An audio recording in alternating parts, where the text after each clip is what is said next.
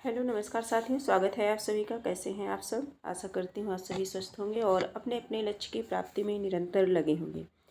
आज की क्लास ये है हिंदी यूपी टीजीटी पीजीटी को ध्यान में रख करके ये क्लास चलाई जा रही है। और हिंदी विषय में जो संस्कृत साहित्य से प्रश्न बनते हैं उन सभी प्रश्नों को उन सभी जो है पाठ्यक्रम को यहाँ देखा जा रहा है। सिलेबस के अकॉर्डिंग जो भी रचनाकार हैं, जो भी टॉपिक लगे हुए हैं, एक एक करके हम सभी उस पर जो है चर्चा कर रहे हैं, उनके महत्वपूर्ण तथ्यों को देख रहे हैं, जिससे जो हमारी परीक्षा की तैयारी है वो और बेहतर हो सके।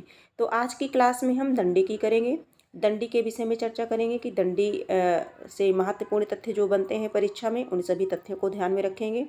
और इसके पहले हम लोग जो है कई रचनाकारों को देखा है, प्लेलिस्ट बना दी गई है। आप चाहें तो सरलतापूर्वक आप उसे देख सकते हैं और अपनी तैयारी को मजबूती प्रदान कर सकते हैं। आज की क्लास में हम सभी दंडी को देखेंगे। दंडी के विषय में जानेंगे कि महाकवि दंडी का परिचय। पहले इनका परिचय देखेंगे, है ना। दंडी क्या है? तो एक लेखक हैं, जैसा सभी परिचित हैं। और इनका समय जो है ये सातवीं है ना, सातवीं सप्तम शती यानी कि सातवीं सदी का प्रारंभिक काल है ना, सातवीं सदी का प्रारंभिक काल है। इनके पिता वीरदत्त हैं, पितामह मनोरथ है, माता गौरी है। दंडी की माता का क्या नाम है? गौरी। पितामह मनोरथ हैं और पिता वीरदत्त हैं। ये रहा दंडी का परिचय। आगे हम सभी देखेंगे।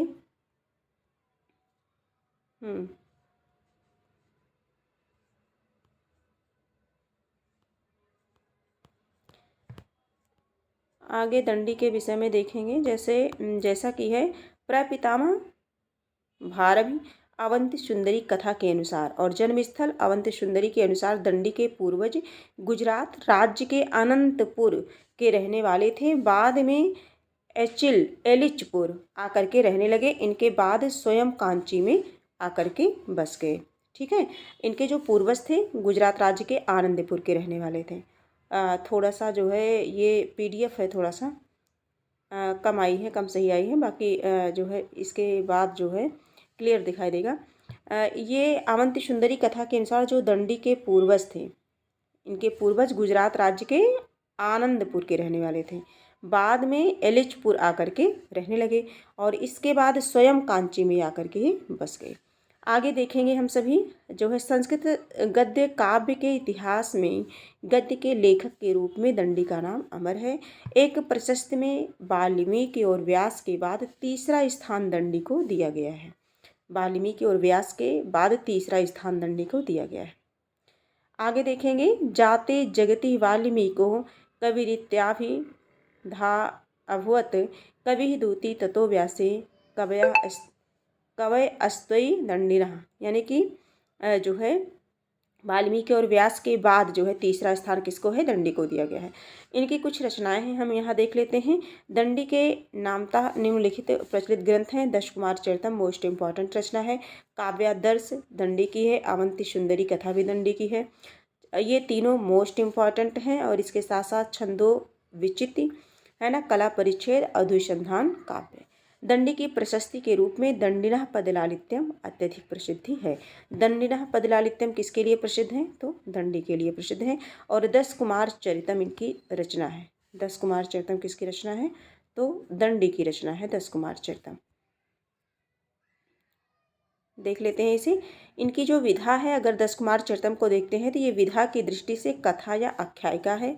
यद्यपि दश कुमार चरितम में गद्य के दोनों लक्षण प्राप्त होते हैं, किंतु स्वयं दंडी इसे क्या मानते हैं? कथा मानते हैं।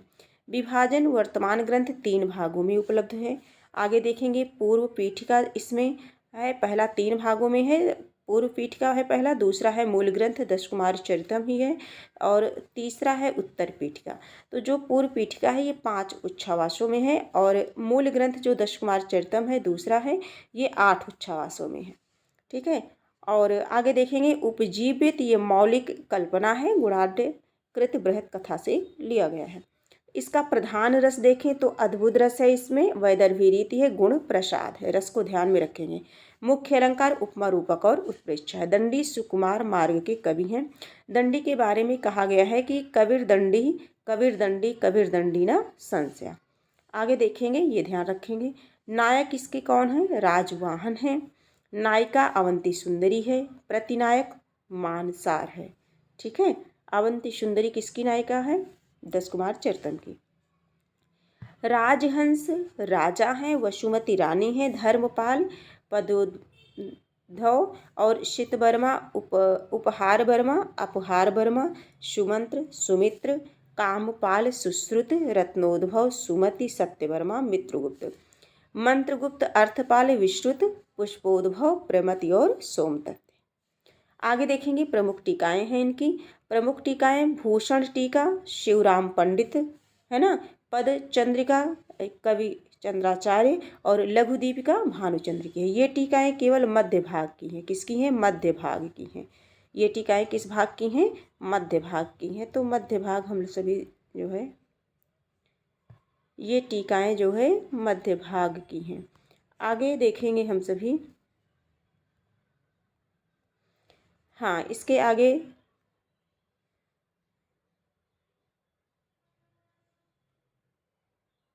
थोड़ा सा ही पढ़ते हैं क्योंकि पीडीएफ ठीक नहीं है। मध्य भाग के सप्तम उच्छ्वास में ओष्ठ वर्णों का बिल्कुल प्रयोग नहीं है। 10 कुमारों के नाम हैं राजवाहन, उपहार वर्मा, अपहार वर्मा, मित्रगुप्त, मंत्रगुप्त, अर्थपाल, विश्रुत, पुष्पोद्भव, प्रमति और सोमदत्त। आज की क्लास हम यही कंप्लीट करते हैं क्योंकि ये पीडीएफ थोड़ा सही कम आई है। और फिर हम मिलेंगे, तब तक के लिए धन्यवाद।